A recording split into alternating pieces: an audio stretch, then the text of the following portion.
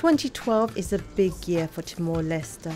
After celebrating its first full decade of independence in May, the country held peaceful and transparent parliamentary elections in July. This young nation seems to be on a path to lasting peace and prosperity. Before independence in 2002, Timor-Leste had seen 400 years of colonization and a quarter century of conflict.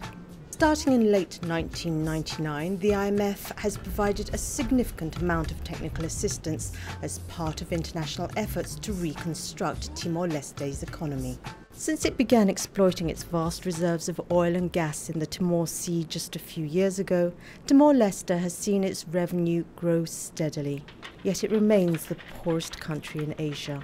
In 2004, Timor-Leste started receiving a windfall revenue gain when oil production began in earnest. The newly independent country, deeply impoverished, suddenly began to receive enormous amounts of money.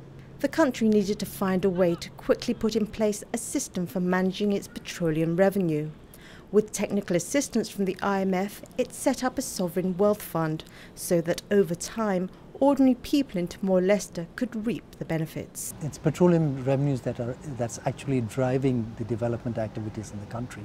But the laws in the country also provide for the petroleum revenues to be saved for future generations. And the country has done extremely well in this regard. An IMF resident advisor, supported by Japanese financing, helped draft the Petroleum Fund Act, which ensures the petroleum revenues are managed in a sustainable way. This law places restrictions on how much, and for what reason, money can be withdrawn from the fund. Well, the IMF was instrumental, I think, in the process in 2004, 2005 of setting up the petroleum fund. I mean, they weren't the only people, right? Norway was involved, the World Bank was involved, and of course Timor-Leste's government was the principal institution responsible for that.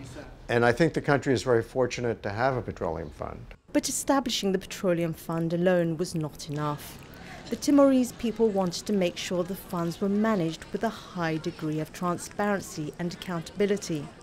So the government worked with an IMF technical assistance expert to put in place the Transparency Portal, an information technology system for publishing quarterly reports on the internet. The IMF helped lay the groundwork for this portal by improving fund management and fiscal reporting. The government basically provides regular updates on public spending across the country. They've started to put some information in relation to procurements, so upcoming contract awards and contract tenders are posted there.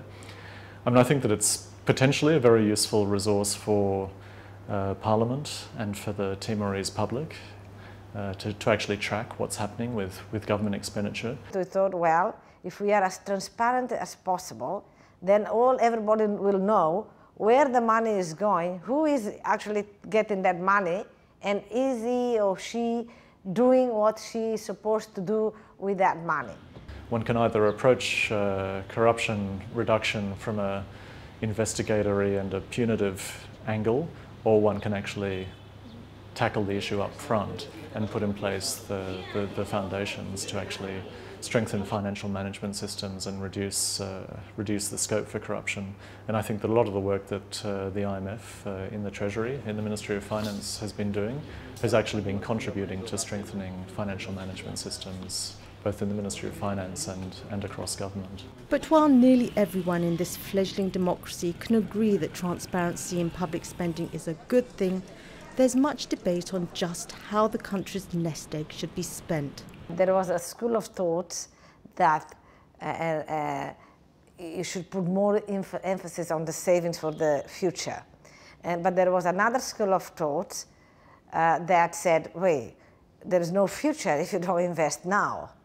And the current government believed strongly that you needed to invest now in some very basic things like infrastructure and human resources to enable us to actually have a future.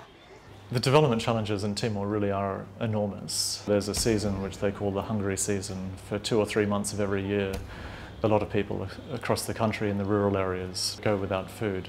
The country's budget has increased from $400 million 4 years ago to about $1.6 billion, allowing the government to spend on priority areas like healthcare, education and infrastructure. The savings in the petroleum fund have gone up considerably. It's reached $10 billion now. This has been done through very prudent investments that the government has been doing over the past few years.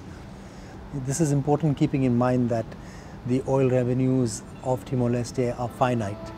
This is a make or break moment for Timor-Leste. The country cannot afford to squander its newfound wealth. The stakes are too high. But if Timor-Leste chooses wisely, the future could yet be bright. Peace has been the biggest dividend that they have been able to build upon, and I think if peace is sustained, Timor-Leste will definitely go places. When I look around, I see all the ingredients for a miracle in the 21st century, for the nation to be the next miracle. Timor-Leste has all the ingredients if it is well managed. And so far, so good. So far, so good.